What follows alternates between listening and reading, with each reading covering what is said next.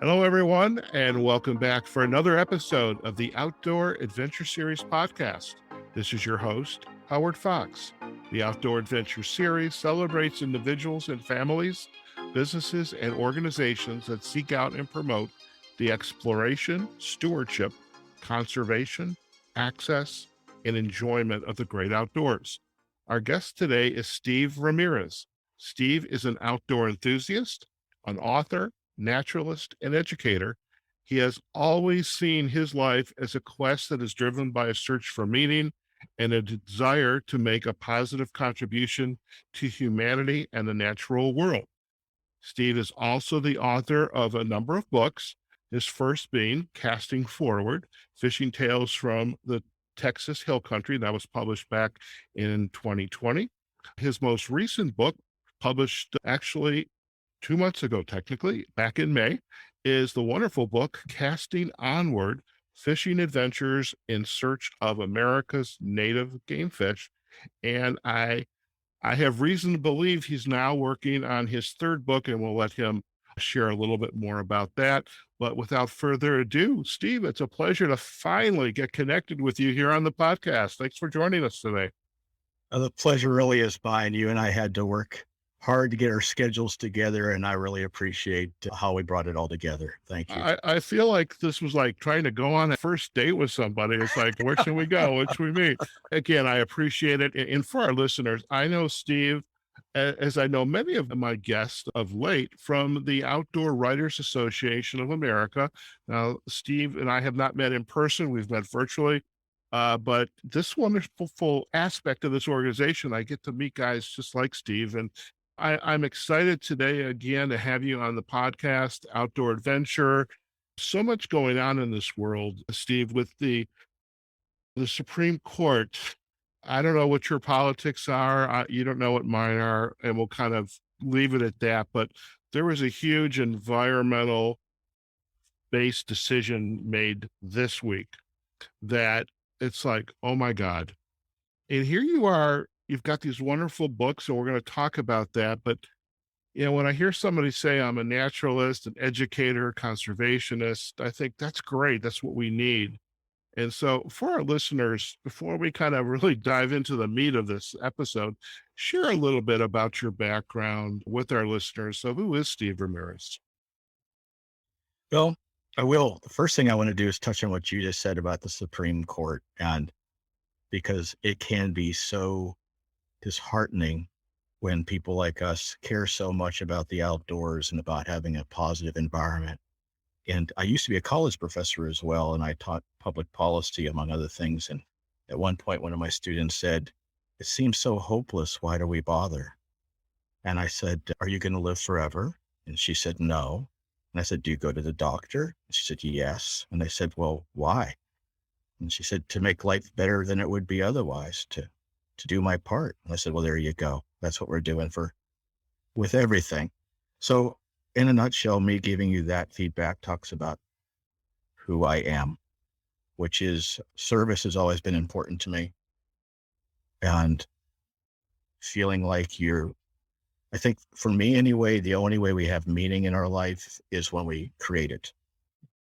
There's been billions of people before me, and I don't remember their faces, and no one will remember mine. So it's what I can do.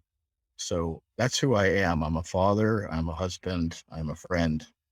I try to, as a former Marine, I'm bold, but I'm humble. I know that I don't really matter except for what I can do. And I love writing and the outdoors. So this is perfect. Okay. It's perfect. When I hear someone, whether it's on the podcast, outside, bring up the word meaning, I'm always brought back to Viktor Frankl's book, Man's Search for Meaning. And I Yes. haven't read it in a while, and I need to go back and read it because so much going on. And I think it's like the exchange you had with your student is somehow we have to have hope that we're going to leave this world in a better place. And for me, I mean, you have a family. I don't. My legacy in some shape or fashion are these podcast episodes, all 400 plus of them. Okay. Mhm. And I like to think that there is still hope out there, but sometimes, man, it's difficult. And y- you grew up I know in Florida and you ended up in Texas. Let's talk about kind of growing up, and again, the environment has changed considerably. I remember Florida when I was real young. All I can remember vividly is the smell in the morning of the moist air and the flowers, and it's like, what a cool place. So, what was it like growing up there and starting to get your outdoor legs, and what kind of activities were you involved with there that kind of laid the groundwork for a lot of things you're doing today? That is such a great question. And by the way, I just came back from probably will be the last trip I take in my lifetime to my home country in Florida that I grew up in. As part of writing this third book, actually, I end it with me going back home. Well, the other home. So I lived most of my life in Texas. I've lived and traveled through 4 continents, but I did grow up in what I will call old Florida. I think you know what I mean. I grew up in northern Palm Beach County when there was only 40,000 residents in the entire county. There's probably about 3.5 million now. Oh boy. And back when there was still Florida panthers, and I remember finding their prints in the footprints I made as I hiked through the palmettos. I remember hearing them back when there was more alligators than people. And as a kid there, I spent all my time outdoors. In casting forward, I do openly talk about the fact that I have PTSD, and I use nature to deal with that. Uh, and that's not just from the Marines. It's not just from 30 years of dealing with bad guys. It's also from growing up being abused by one of my parents and loved by the other. So I tell you that story because nature in Florida is what saved me. I Mhm. ran out the door every chance I could. I watched birds. I climbed in trees. I did all the things kids used to do, Mhm. running around out in the woods because back then we weren't worried about being abducted. Right. And it was normal for kids to run in the woods. And so I grew up in this perfect mixture of being on the edge of the Everglades and fishing with my cane pole and gator holes, and also spending many, many days and some nights out on the ocean in my dad's boat, the Triton. And we fished and snorkeled and scuba dived. And when we weren't out there, we were on the edge of the glades in the area of Loxahatchee. It was a wonderful place to grow up back then. I don't believe it's anywhere near the same now. Right. Everything does change. But I did see some things that were wonderful reminders when I was just there about a week ago.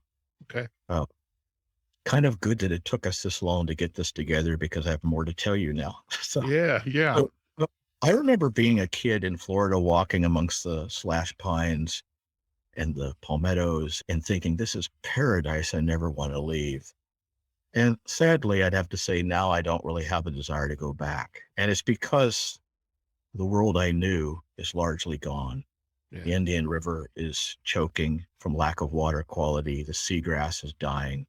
I don't want to be a downer, but that's the reality of it. Manatees are starving to death. And now, with that said, I saw hope too. I went up the Loxahatchee River that I used to paddle as a child and is now a national wild and scenic river. There is now a plan to try to preserve and protect it. It has more water in it than I remember. And there are good things happening.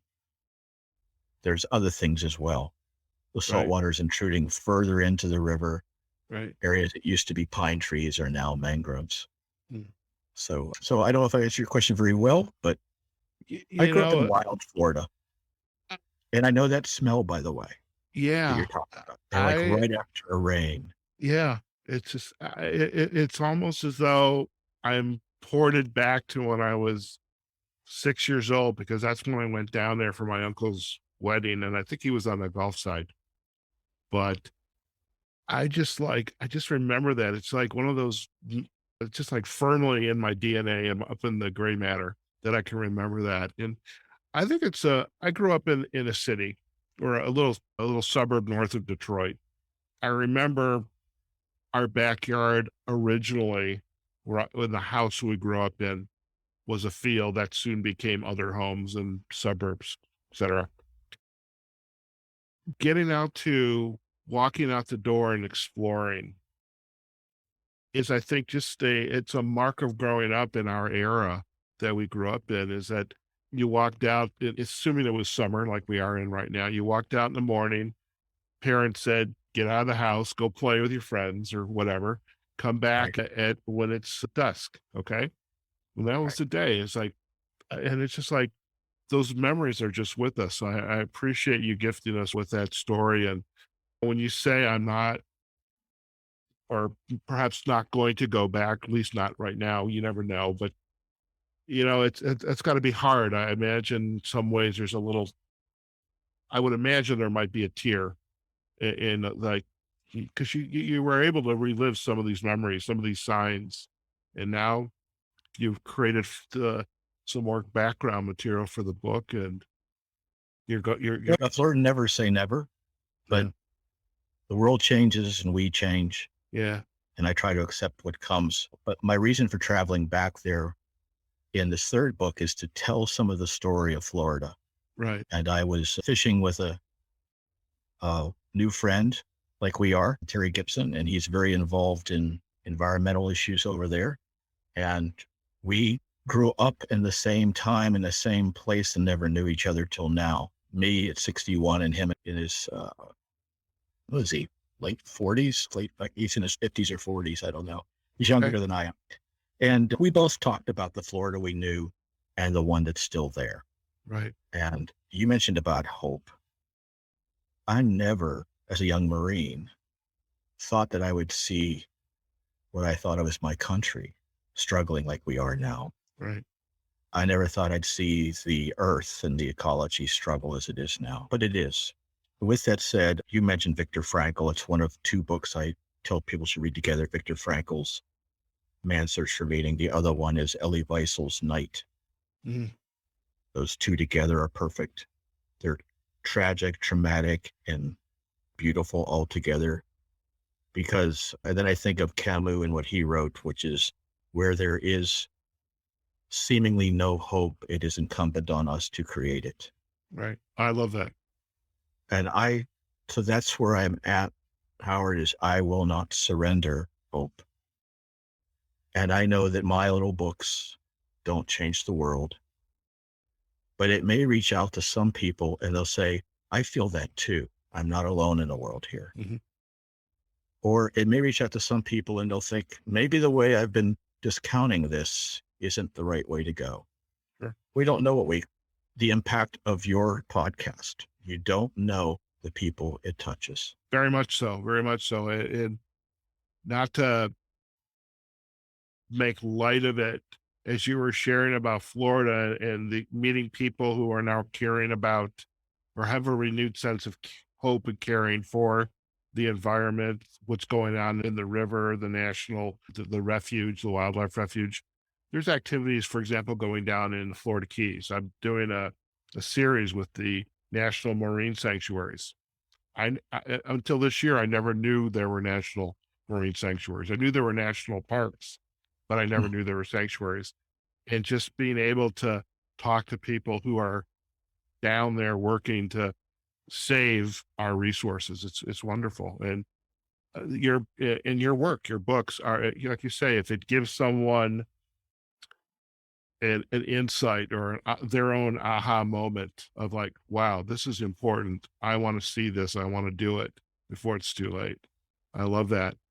As you were writing your books, I'm curious now, this, because of the third book, you said I made a new friend. Your first book, Casting Forward, Fishing Tales from the Texas Hill Country. What was the framework around that book? Was this just your story, and what compelled you to want to write it? Let's talk about that one first.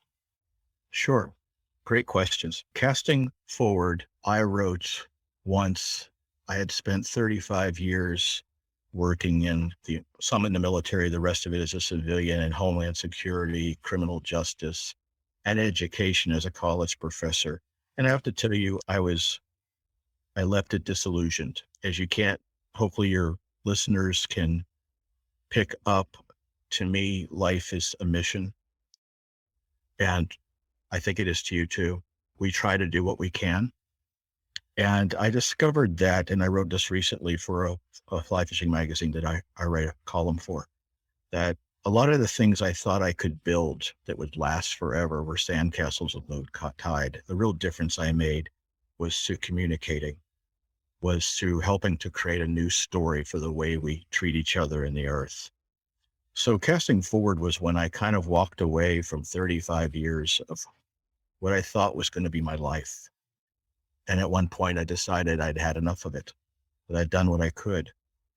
And I wanted to move away from dealing with the darkest parts of human nature and surround myself with the best part of human nature. It's almost become a tagline for me because it's what I'm doing.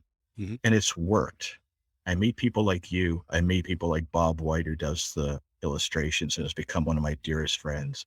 I meet so many great people because when you put that energy out into the universe and you reject the rest of it, you start finding there is a lot of hope out there. And we really need it right now. So when I did casting forward, my daughter had just gotten out of her degree in Vanderbilt, and she had decided that she wasn't sure what the next step was.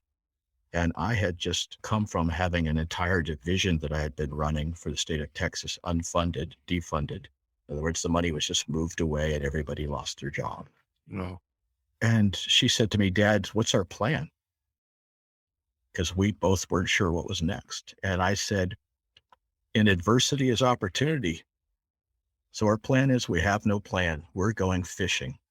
We're going to fish every river in the Texas Hill Country, and we're just going to let life tell us what to do. Well, she went on to get her master's degree overseas in Europe in outdoor education and has built herself a beautiful life in Europe. And I went on with the urging of my wife to become a writer, which is something I've always done and am passionate about, and a speaker, and try to get more people in this tribe that we're making of positive people, of open-minded people, and determined people. So casting forward was the story of that. Also, I have to say, I mentioned that I don't hide that I've had PTSD as a former Marine and as someone who's dealt with a lot of violence in my life. And I think that can be a lesson I can share with people, that we are not the result of our conditions. We are the result of our choices. Mm-hmm. I choose not to allow it to change what is positive and good in me. And I try to teach that to my daughter as she's growing up, that hard times come, challenges come. You could call it a problem or a challenge. So I hope I'm not going on too much, but casting forward was a love letter to the Texas Hill Country. We talked about Florida and how I saw it be murdered, loved to death. We humans have this wonderful thing about us. I'm saying that tongue in cheek, where we go someplace new and we say, this place is wonderful. Let's change it. Yeah. It's wonderful. Let's change it. If only we had more buildings over here and we just took out that field and made grass. So I see that happening in the Texas Hill Country too. It's getting loved to death. People have discovered it. They're coming here in droves. They're draining the rivers, and there's not any give back. So that's what casting forward is about. And the other thing I'll mention about that is, up till casting onward, I have never fished with anyone but my daughter, my friend Maggie, and my father. I had no buddies growing up. It's a very solitary life. I'm going to share this with you because I've shared it with other guests of mine who are also very much into fishing, angling. I have never been fishing. Really? Yeah, never. Is that a choice? No. We'll have to fix that. Thank you. I'm stating it because I was curious what your reaction might be, but no, I think it doesn't mean I don't go outdoors, obviously, but it's just like, it never was an opportunity, or it was never something, I always wanted to do this. Now that I am a part of the Outdoor Writers Association of America, the OWAA, and I've had so many folks like yourself and others who are very passionate about fishing, angling, whether it's,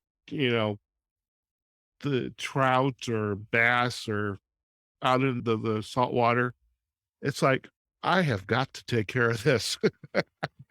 But I think it's wonderful. And it's what I love the idea is you can leave the hustle and bustle of what it is that you do and say this weekend or today or this afternoon, whatever it might be, I'm going to go take my rod and my reel and my bucket and a little chair, and I'm just going to go fish and just have nobody around me. And I think that's very cathartic and it's healing, I think, being able to just be there and just take not so much with your own thoughts, but also to recognize there's so much around us. If we're quiet, a lot of things that we start hearing things, smelling things, noticing things. And that's a wonderful takeaway that I'm getting about the sport of fishing and the solitary aspect of it, or doing it with friends, family that you're really close to. You've really touched on something there. And we're still on the first book, which is Casting Forward, when I say that why fly fishing in particular is healing for me, is it removes your thoughts. Our thoughts can bring us down, Mhm. our worries, our concerns. You're becoming one with that river. It sounds very Zen because it can be. You're watching the currents. You're moving yourself to adapt to those currents. You're learning about the fish. You're learning about the things that are in the river. I have quite often put on a mask and snorkel and jumped in so I could see what's going on. Ah, Oceans and rivers, I've done it. And then what's above you. And when you're doing all of that, all the things you see in the news go away. All the right. things you can't do anything about, but you can do that. And I learned, I guess one of the things I've learned over the years is self-care is not selfish. We've got to take care of ourselves first. Oh, very And, much so. Very much and so. so I think you absolutely nailed that. And we meet some of the best human beings because we have that same love for that moment. I love that. I love that. Let's talk a little bit more about the latest book, Casting Onward. How did that story change and what's new about it that's perhaps a different recipe for the message that you wanted to share? The I think in metaphor and poetry, it's just the way my brain works. So the easy way for me to explain this is if casting onward is the center of where I've dropped a pebble into the ocean of the earth, then the ripples went out across the United States. And I went from watershed to watershed, reaching out to people who I have just met, Mhm. a few that I knew, and saying, I want to focus on native fish, the ones that originally belonged there before we came in and changed everything. Take me to your waters and teach me why you love it and what you're concerned about. And there was so much. And if you think about it, that's a huge undertaking. Yeah. Because it's not like anybody's paying for this but me. Right. So I have to, do the undertaking of flying myself to Alaska, flying myself to Utah, Nevada, Pennsylvania, etc. So that's what I did. I found people in the conservation world, Mhm. people in the writing world, in the arts, and I reached out to them and I traveled to them and I fished so many states across America and really extended myself. The other thing is I was always a beginner. So I like to tell people when I try something for the first time, as I did just a week ago, doing deep sea fishing with a fly rod, that I am a 61-year-old man that's actually like a 6-year-old boy. So I have allowed myself to go out of my comfort zone and tell someone, I've never fished for this fish and I've never been to Alaska before. Teach me. Okay. And if I look silly, I look silly. All kids do when they try. So eventually I get onto it, I learn, and I'm doing it. I And I love think that. part of my message there is we get older, we tend to get more conservative in Yeah. our fears of looking silly. And now that I have crossed that line into the 60s, I have to tell you, I don't care I'll look as silly as I want to because I'm going to try new things. I'm going to keep growing, keep learning until entropy tells me I'm done. I don't think you could have said it better than myself, because that's how I feel. And that's another reason, again, is podcasting. Okay. When I moved from Chicago to Nevada, it was for an opportunity in COVID, but I worked from home, but I also knew I wanted to get out to the desert and explore. And then I learned this concept of car camping or boondocking. And then I realized there's people in this field of the outdoor space. And that's literally how the Outdoor Adventure Series came to be. And then heard about the OWAA. But I love the fact that we can get out of our comfort zone and experience something new. Now, I'm never going to go skydiving. That'll never happen. You probably did when you were back in the service. Right. She did. However, I'm if there was an opportunity to go to Alaska to go fishing, I'd go with you to go fishing, and I'll do the podcasting. We'd be a team, because what an experience. Or being out there like Chris Milgate, who's also a member of the OWAA, very accomplished documentary filmmaker, is studying bears. I've Right. never seen a bear in the wild. I've never seen a manatee in the wild, for that matter. I've never Wow. seen a lion in the wild. I I have. want to see this stuff, and I'm same age, Right. and it's like, I'm ready to do this. And so your writing, your books are the vehicle to help further that story forward. That's the fuel for your story. I, I love that. And I have to tell you that I'm trying to remind myself of what I did in my 20s because I have lived in Europe and in Africa. I've seen I've actually been way too close to lions in Africa. I remember in Kenya having to push a truck out of the mud while a lioness was right behind me with cubs and a kill. Talk about a dangerous thing, but there was just no possibility to get out of this muck without pushing. Yeah. So, yeah, so I've done these things, and the way I do them is simply set the goal and work out the details later. And so the second book was like that when I first conceived. I'm going to travel all over America. I'm going to chase native fish with people that know them, and I'm going to write the story.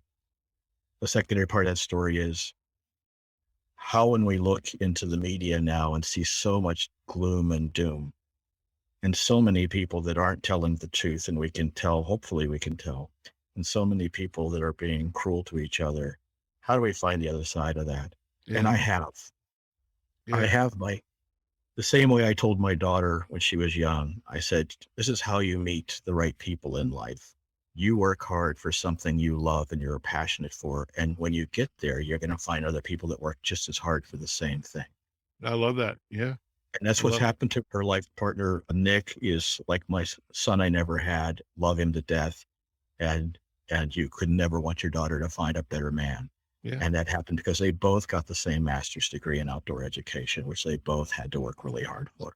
I love it. So that's what this other part of this message is. I just was in Alaska for the third book. Yeah. I've never been there before either. And we were kind of dodging bears. I have seen bears in the wild, and I don't mind telling people, I don't know if it's some primal thing from a past life, but bears make me nervous. I wonder why. I don't get it. I mean, I've walked into the most dangerous things you can imagine. I've been shot at. I've people try to blow me up.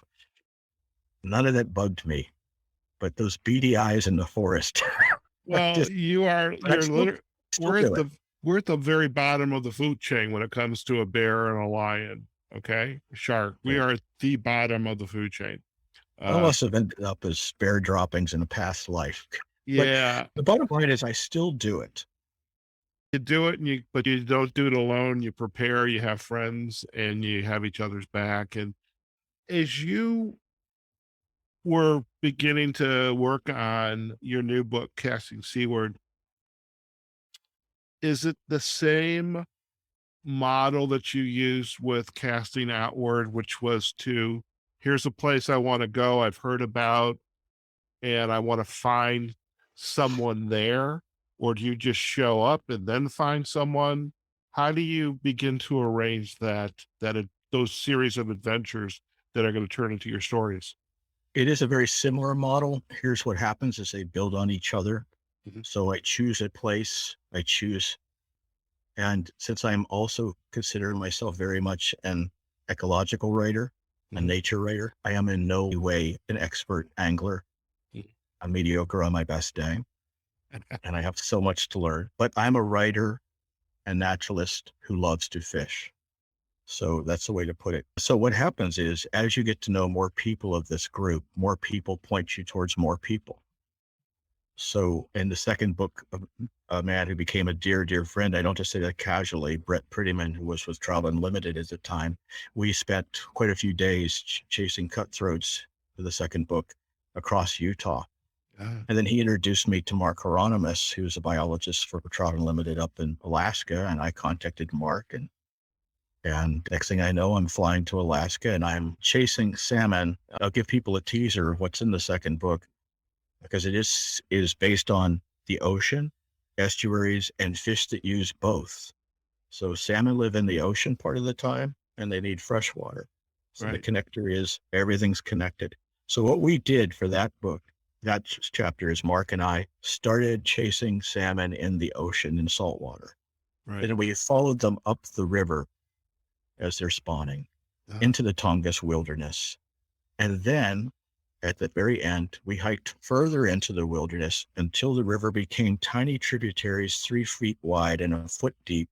And we used big dip nets and we were catching baby coho salmon, salmon fry, so that right. we could prove, him being a scientist, so we could prove that these coho need those tiny creeks to be protected Right. because without the fry, you have no salmon.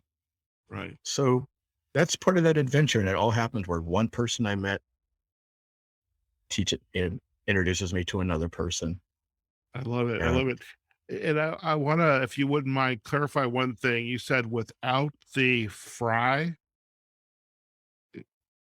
the fry being a term for the small baby fish. Okay. Okay. So, Good. so they're going to have, we wanted to show that those big coho salmon were going all the way up this steep tributary, which Right. was only 3 feet wide at the widest, Right. maybe 4 feet at a really wide spot.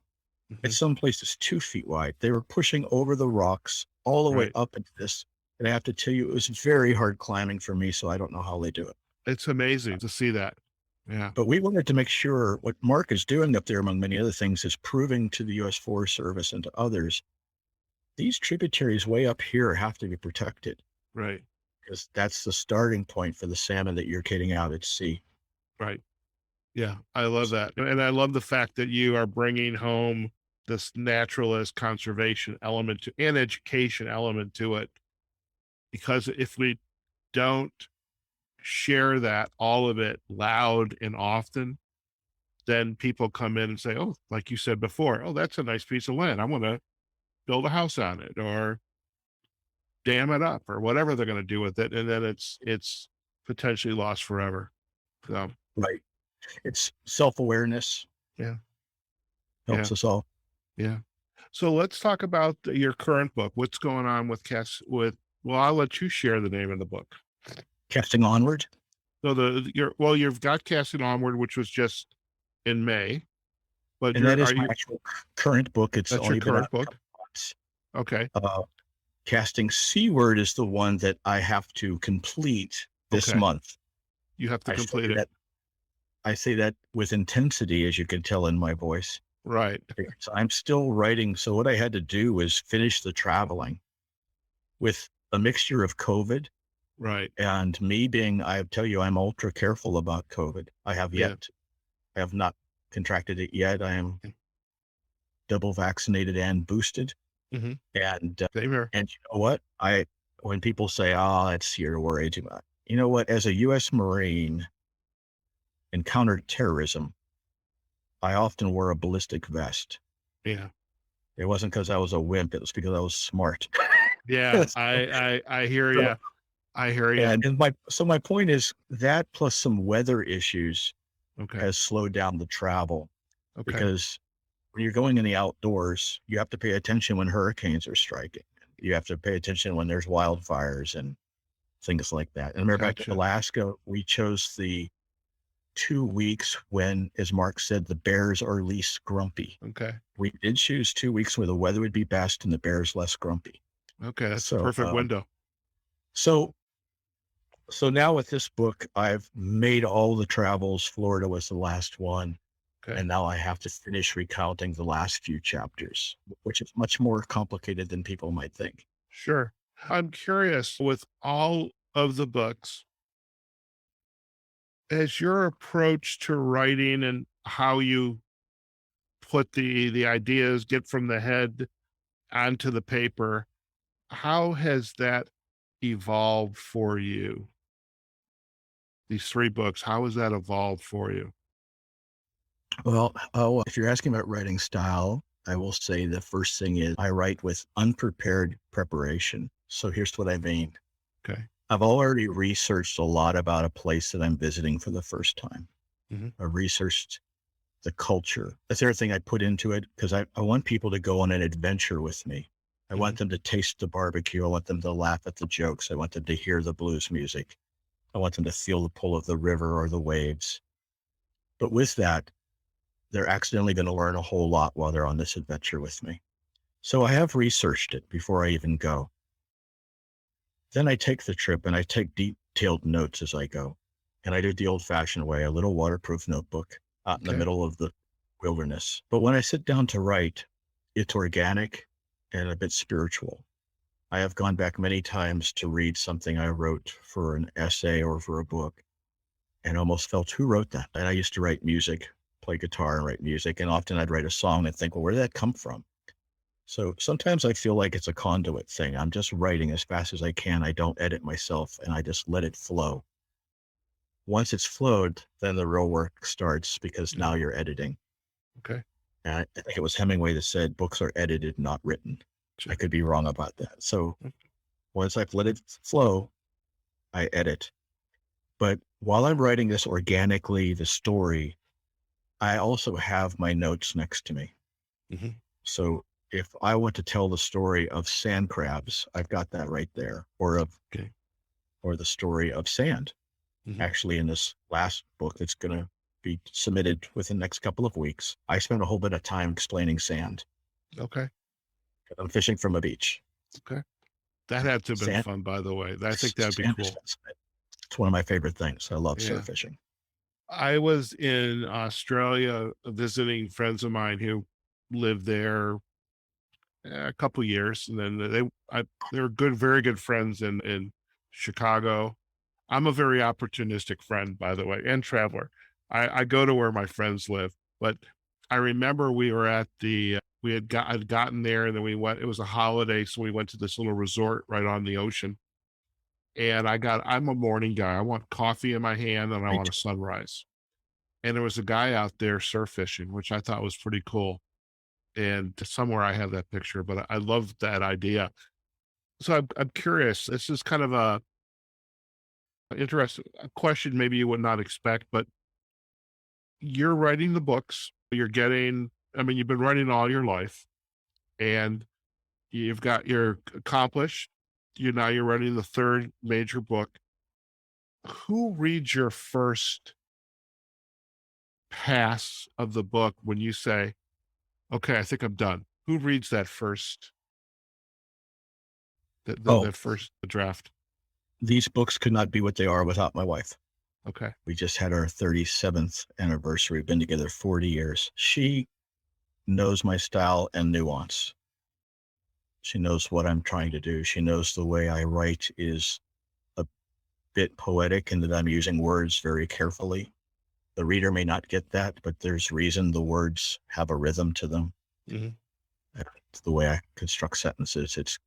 And I am also a poet, so I write my prose with some poetry to it. And so she gets the first pass Okay. always. And I don't know Alright. if that's what you expected, but it's not a professional thing, but it's a good teamwork thing. So we call it doing yellow bits because she Okay. goes through and highlights in yellow everything she thinks where I've missed the mark on the way I'm trying to say something, or Okay. she's not sure where I'm approaching it. And we'll sit down together at the couch and go through the yellow bits. And I would say about 90% of the time I say, good catch. I can reword that. And Okay. about 10% of the time I say, no, that's actually what I want to say. And here's why I did that. Okay. No, I love it. Pretty quick. I had no expectation. I was just curious what your answer was. We used to interview a lot of authors when we first started the original podcast. That was a great way to get guests on the show and to kind of build up traction. And I thought I always enjoyed that question because I mean, I have one author. He has during the age of COVID, he'd go out to Central Park to the writing tree, as he called it, which I thought Mhm. was great. Before we head out today, Steve, there's a couple of segments in our podcast that are kind of designed to provide some insight and for you an opportunity to kind of look back and maybe make a kind of not an evaluation, but that's an aha, so to speak, of your journey, where you've come from. So first one is the aha moment as you look back on your career, both in where you've lived, Florida, Texas, you've been in the military, law enforcement, now traveling throughout North America and on these adventures for your work as a writer. What would, as you look back, what's your aha moment? As you could probably tell, I don't give short answers. So I would say, so my answer is this. A lot of the things I thought were important are transitory. Every award I ever won has been put into a recycle bin. And every trophy, every award, I do have some college diplomas and bubble wrap in my closet, but the rest of it's gone. What is really important is what we do right here. What is really important is what drives humanity forward, which there's a book called Sapiens, one of the most important books I've ever read. And it is speaking to the fact that what drives us forward throughout humanity is our stories that we come to take as truth. So my aha moment is we need to rewrite the stories. We need to write a new story that we all take on as truth of who we are and how we're going to interact with each other in the earth. And that's my aha moment is remember the things you think are so important are going to be gone. Yeah. Sometimes quicker than you think. It's all transitory. So don't even bother holding on to it. When I go fishing, I do not, I hope I catch a redfish, but if I don't, the trip's not ruined. Mm-hmm. I go with the expectation that I'm fishing with a friend or by myself. Sure. I hope that's a good answer for you. Yeah. It's your answer. That's what's important. Grab It's that your, little piece. And I guess the other thing I'll say in my long-winded answer is we have now and always, that is all we have. I only Right. look back to learn something. Right. I don't live in the past, and I only look forward to have a general idea of my movement, Okay. knowing I'm going to end up somewhere else. Okay. Very good. Our last segment is what we call InSight2Go. So before we do our final close and you share all of the website and social sites, any final insight that you would like to share with our listeners, a lesson, advice, some insight for that matter, that will help perhaps give them an aha moment, a light bulb. It's like, oh, wow, I hadn't thought about it that way. Or I need to go read it or do something. What would be your aha moment for our listeners? I'd say that I write these stories with the idea of inspiring open thought. And as I think about speaking to people that might want to be or consider themselves leaders, I would say leadership in part is being humble but bold. Leadership in part is always learning, being open-minded, seeking to challenge our own belief structure, and then rewrite the story. And one of the things I talk about is what I call an earth ethic. Not that far from what Aldo Leopold talked about, but a little further, because I think nature teaches us whatever reality is. There's no such thing as justice in nature. There's no such thing as fairness in nature, and we've really made it all up. So I guess my thing I would share with everyone is we are the result of our choices, and we can choose better choices together. I am a outdoor writer and angler, but first of all, a person trying Right. to to share this experience that we have that can be much better than it is. Perfect. Now, if our listeners would like to learn more about you and your work, where are the best places for them to go? I would say the best place as a starting point is my writer's website, which is simply SteveRamirezAuthor.com. And that's a great way to follow what I'm doing, to reach out to me. They're also very welcome to reach me on Instagram, which is also just Steve Ramirez Author. Okay. That's easy. And I'm also on Facebook simply as Steve Ramirez. So those are all possibilities. Sounds like a plan. Well, we will provide the backlinks to your author site, SteveRamirezAuthor.com, as well as to your social sites, Instagram and Facebook. Steve, it is a pleasure to finally, after all this time, connect with you. You have your coffee, I have my kefir water, and have a great conversation and just kind of get to know more about you and your passion and really the gifts that you have shared. It really just the insights, your insights, as well as chatting more about your work in these books, and really kind of want to thank you for taking the time out of your busy day. I know you're busy. You've got a deadline coming up, but I do appreciate the time. Thank you. It's been a true pleasure. I really enjoyed it. Fantastic. Listen, stay in the line. We're going to do a quick close and you and I can have a final chat. Okay. Sounds like a plan. All right, folks. We have just been chatting with Steve Ramirez, outdoor enthusiast, author, naturalist, educator. If you haven't gathered from this conversation, I mean, Steve is very passionate about his place in the universe, what difference he's making, and whether it's with interactions with people, with nature, and just and how this passion of his is then translated into his books, Casting Forward, Casting Onward, and really the book he is working on now. And what I really love is he had it, perhaps the first book was a little cathartic. I mean, it's just like there's some healing going on, but then taking that message and deciding what's next and really coming up with a plan to travel around the US, our country, and see what impact we're having on the environment, on the native species, especially the fish in the streams and in the rivers, tributaries,